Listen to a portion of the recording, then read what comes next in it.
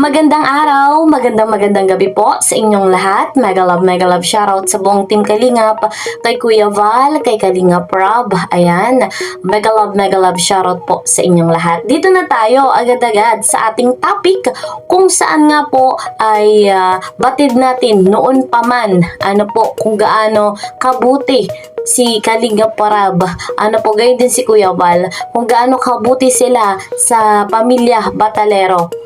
Batid din natin kung gaano kahirap ang buhay nila noon. So ngayon, sa pagkakataong ito, hindi lang tayo yung saksi sa kanilang pamumuhay, kundi maraming viewers kung saan ay hindi natin sila mapipigilan sa kanilang mga sinasabi na sinungaling nga daw po itong pamilya Batalero, yung mag-ina.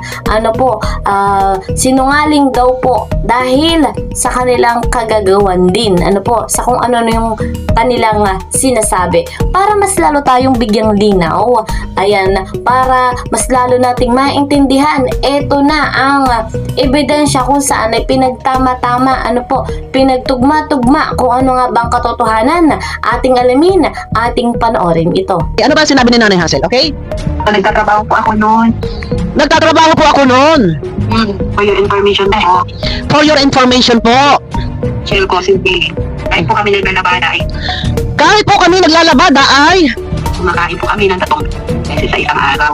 kumakain po kami ng 3 beses sa isang araw. Maganda. Kung kayo ay kumakain ng 3 beses sa isang araw at hindi kayo ika nga ay naghihikahos or talagang walang makain. Okay, ito yung kamakailan lamang ay nabanggit mo sa live ni Vianze. So balit, binalikan ko ang kauna-unahang video. Ito ay likha ni Iking na in-interview ka.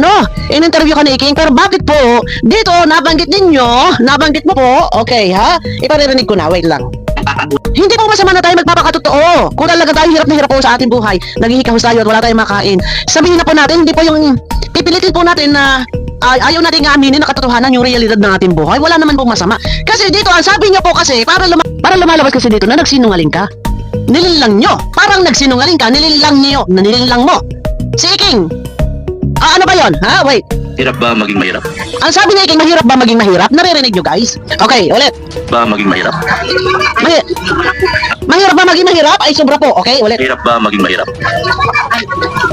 Ha? Ay sobra po. Sabi. Minsan po, Minsan po, pakinggan nyo mabuti ha. ano lang po ang nandiyan ng kainin. Kung ano lang po ang naandyan na kainin, mangiyak-ngiyak si Nanay Hazel.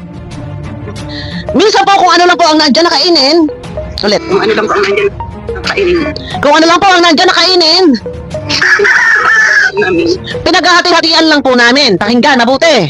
Ano po? Ito po ay pambangga. Doon sa sinasabi niya nakakakain sila 3 beses sa isang araw. Okay, nakakakain ng balinghoy. Okay.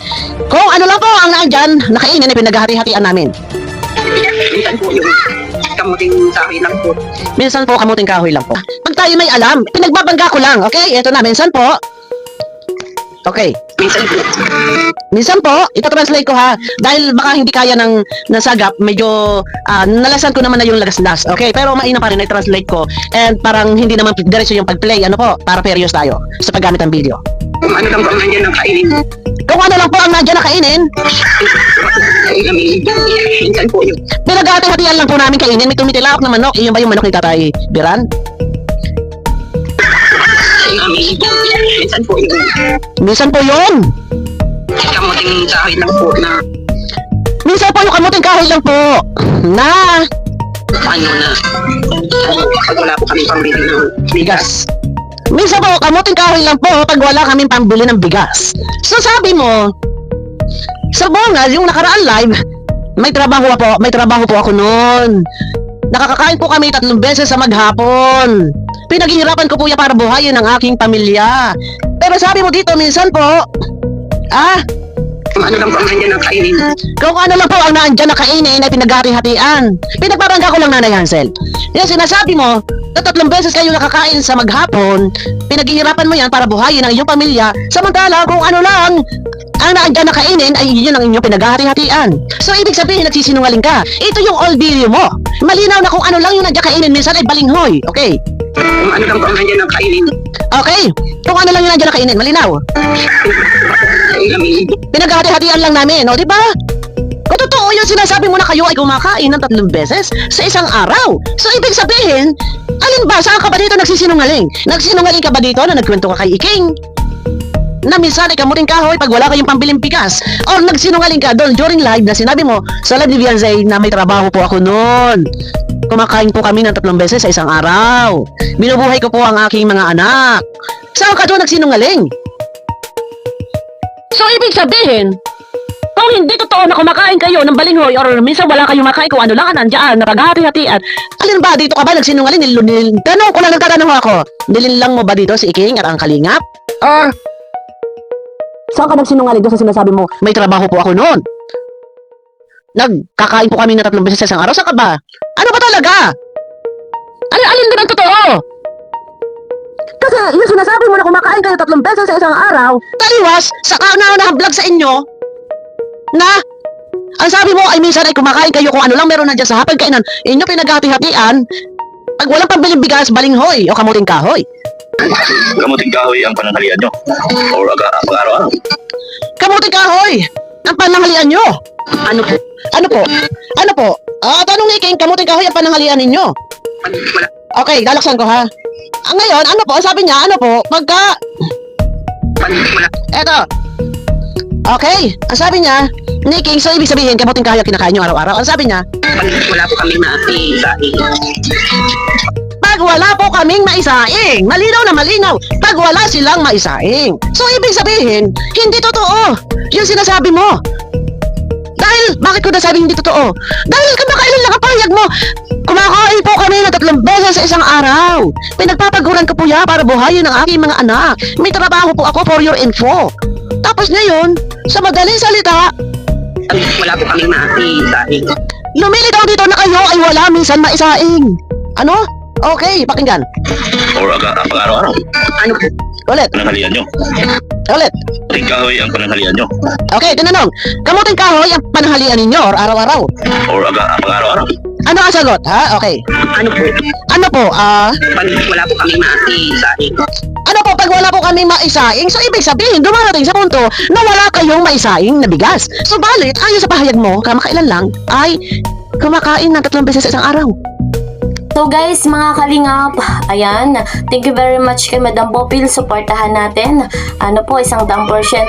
Ayan, napakaganda ng kanyang paliwanag. Supportahan din natin si Kuya Val, Kalingap Rob, at ako yung lingkod, Kalingap Kel. Please po support my channel, like and share my videos, and don't forget, para po lagi kayong updated, click the notification bell. So guys, yan nga, napakalinaw, tinugma yung noon at ngayon, ano po yung kahirapan noon at kalagayan ngayon. Sa kanilang sinasabi, lumalabas nga po na nagsisinungaling sila. So, hindi na natin iisa-isahin pa dahil maliwanag naman yung paliwanag ni Madam Bopil at dyan ay talagang kitang-kita natin kung gaano kabuti ang Team Kalingap, kung paano sila na iahon sa kahirapan, kung paano sila natulungan. So, hindi na tayo kung ano pa ang sasabihin dahil malinaw nga po yung paliwanag. Sa pagkakataong ito, wala tayong ibang gagawin kundi po suportahan lamang si Kuya Val, si Kalingap Rob, yung kanilang pag-charity, alam naman natin na marami pang beneficiary ang nangangailangan, marami pa po na dapat ay mabigyan ng bahay, scholarship, at financial assistance. Nakakalungkot dahil mas lalo silang nakinig sa mga antay kung saan ginagamit lang naman silang bala, kung saan ay may galit ang antay sa Kalingap. So, ginagawa lang talaga silang bala. So, mga antay, lahat gagawin, mapabagsak lang ang Team Kalingap. Matagal na nilang plano siraan ang Team Kalingap. Pero kahit anong gawin nila, kahit anong kaparaanan nila, kahit sama-sama pa sila, na dating magkakaaway, ay mananatili po na matatag, malakas, matibay ang Team Kalingap. Dahil alam ng ating Diyos kung ano ang kabutihan na ginagawa, alam ng ating buong sambayan ng Pilipino kung gaano na karami ang natulungan, kung paano na nabago ang pamumuhay ng mga beneficiary.